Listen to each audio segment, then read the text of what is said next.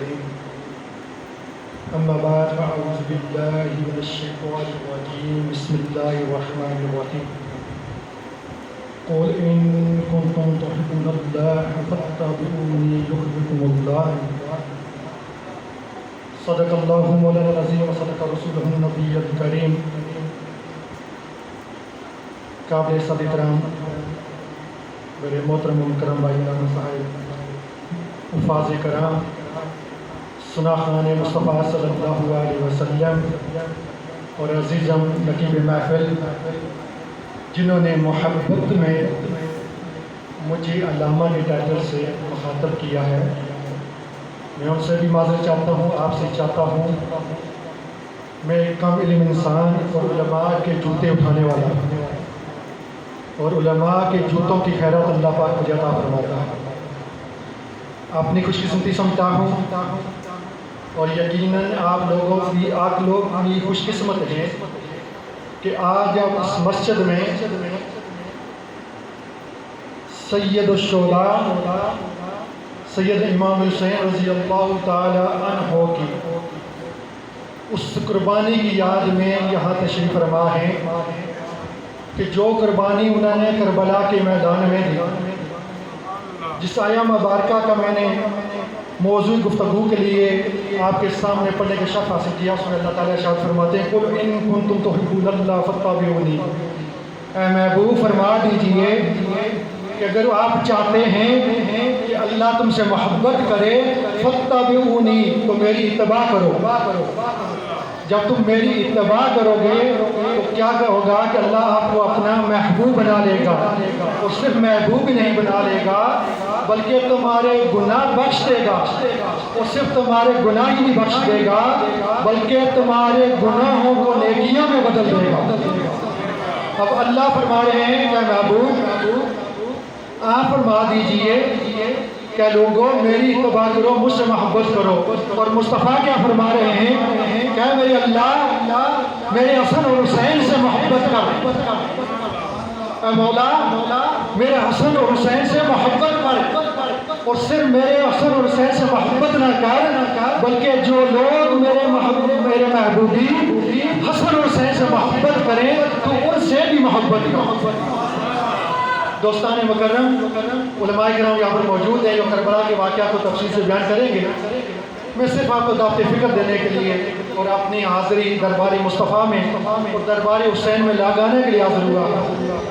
اب دیکھیں دو کردار ہیں، ایک حسینی کردار تھا اور ایک یزیدی کردار تھا۔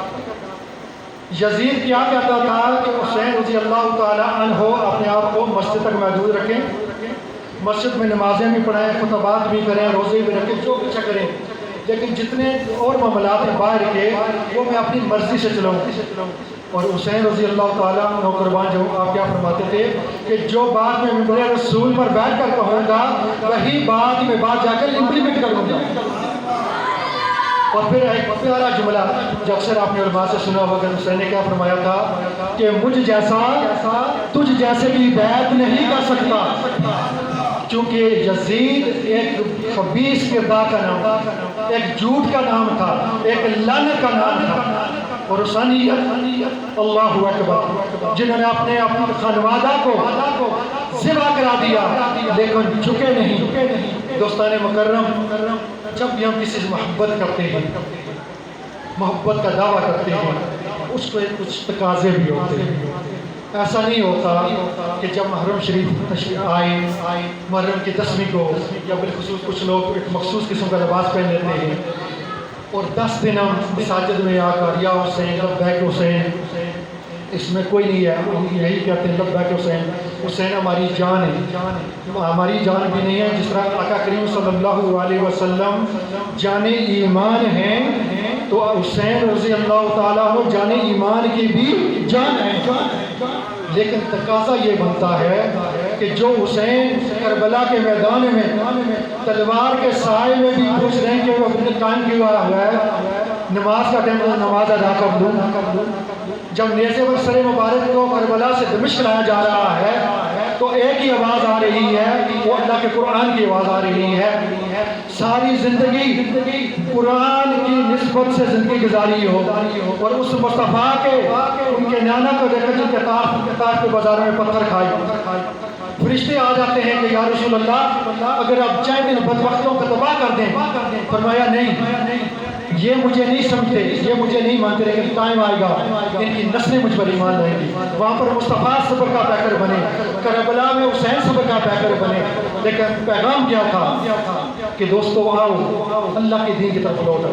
مجھے خوشی ہوئی آج اپنے نوجوان بھائیوں بیٹوں کو یہاں پر دیکھ کر کہ مساجد میں علماء فرماتے ہیں کہ جب مساجد میں بچے نوجوان آنا چھوڑ دیں تو فکر کریں کہ آپ کا دین آنکھوں سے نکل رہا ہے۔ لیکن میرے بھائیوں اللہ پر ارشاد فرماتے قرآن پاک میں یا ایھا الانسان ما غرک بربک الکریم، کہ انسان تجھے پیارے رب سے کس چیز نے غافل کر دیا۔ آج سارے بھائی آئے ہیں یہاں پر، میں اپنے امام حسین کا پیغام لے کر جائیں، کیا ہے آج آنکھیں بند کریں، اپنے آپ کو امام حسین کی محبت میں ڈالنا ہے تو صرف 10ویں محرم کو پروگرام سے نہیں ڈالا جا سکتا۔ آج آئیں وفادہ کریں اپنے آپ سے، ہماری نمازیں نہیں قضا ہوں، ہمارا ایک دوسرے کے ساتھ لین دین تعلق، ہمارا ایک محبت کا پہلو ہو، کیونکہ میرے آقا کریم صلی اللہ علیہ وسلم نے فرمایا خیر الناس من ینفع الناس، بہترین انسان وہ ہے جو دوسروں کے لیے نوا بخش ہے۔ کیا ہماری زندگی ایسی ہے؟ یہی حسین کا درس تھا، یہی مصطفیٰ کا درس تھا۔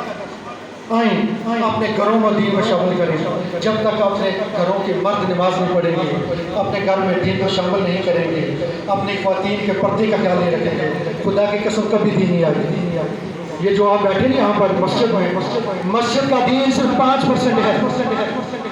نماز کے لیے آتے ہیں، روزے کے لیے آتے ہیں، تراویح عیدین جمعہ کے لیے آتے ہیں، یہ صرف 5% دین ہے۔ ہمارا اصل دین شروع ہوتا ہے جب ہم مسجد کو چھوڑ کر باہر نکلتے ہیں کہ دوسرے لوگوں کو ہم سے تکلیف نہیں پہنچ رہی۔ آیا ہماری جان، ہمارا جسم دوسروں کے لیے تکلیف کا باعث بنے یا سکون کا باعث بنے؟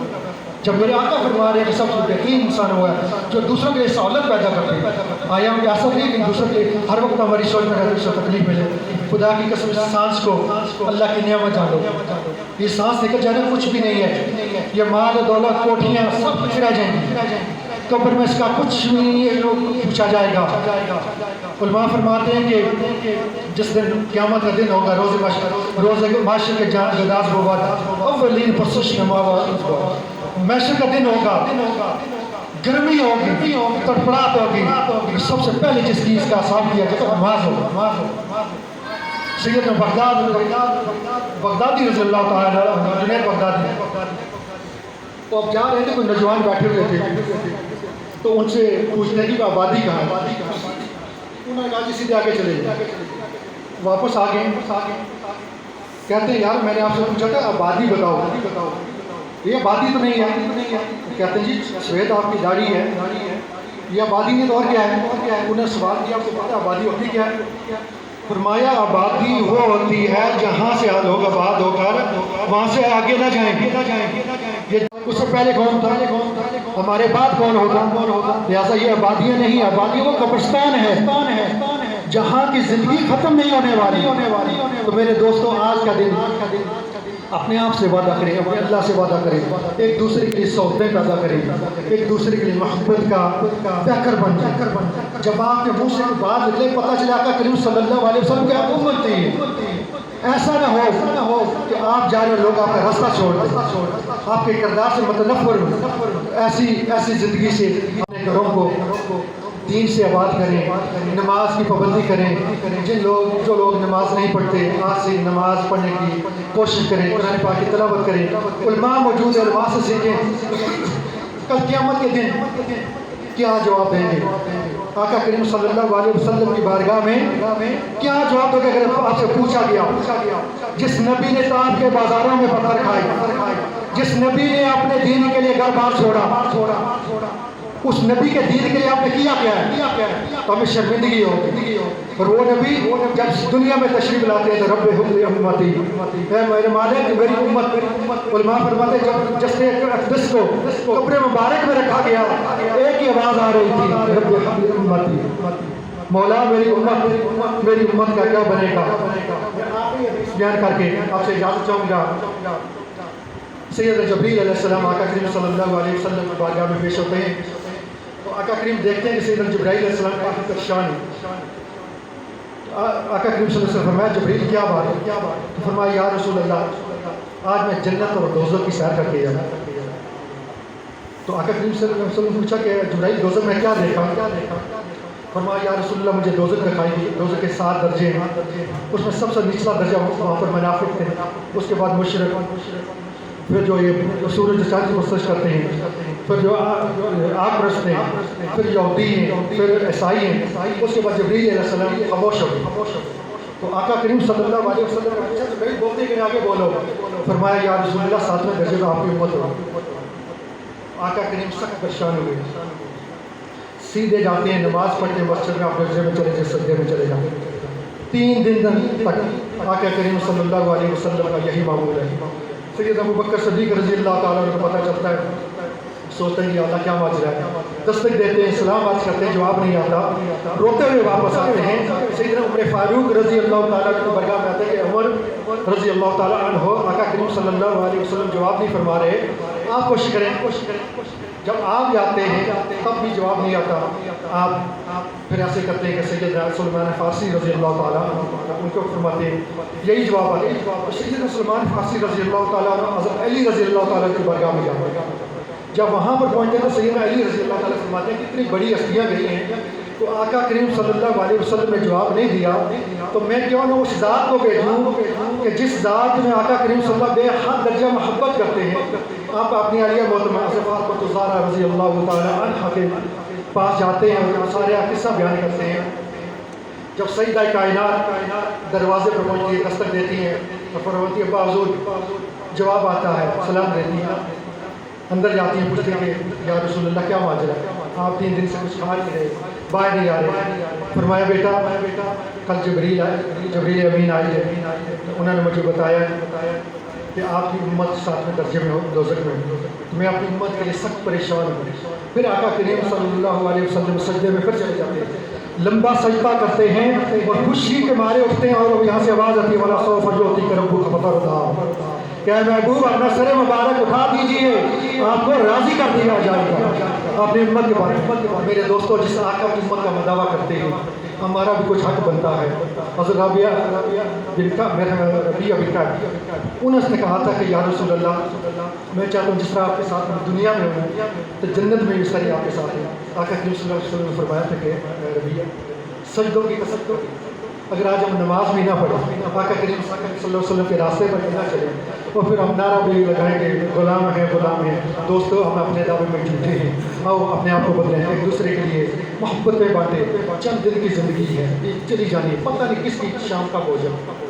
کسی کا یہ نہیں دیکھے کہ پورا پڑے جائے جوان ہے. ہمارے گاؤں میں کتنے نوجوان سے اللہ سب کو بخشش کرے. کسی کا وقت کوئی پتہ نہیں کب مقرر ہے, اس شام کو آنے سے پہلے اللہ کے حضور توبہ کریں, اللہ کے حضور دعا میں ہوں, جو کچھ میں نے کہا آپ نے سنا اس پر عمل کرنے کو توفیق عطا فرمائے. اگر مجھ سے کہنے میں سنانے میں پڑھنے میں غلطی اللہ اپنے محبوب کے سب کے مجھے معاف فرمائے. وما علینا الا البلاغ المبین.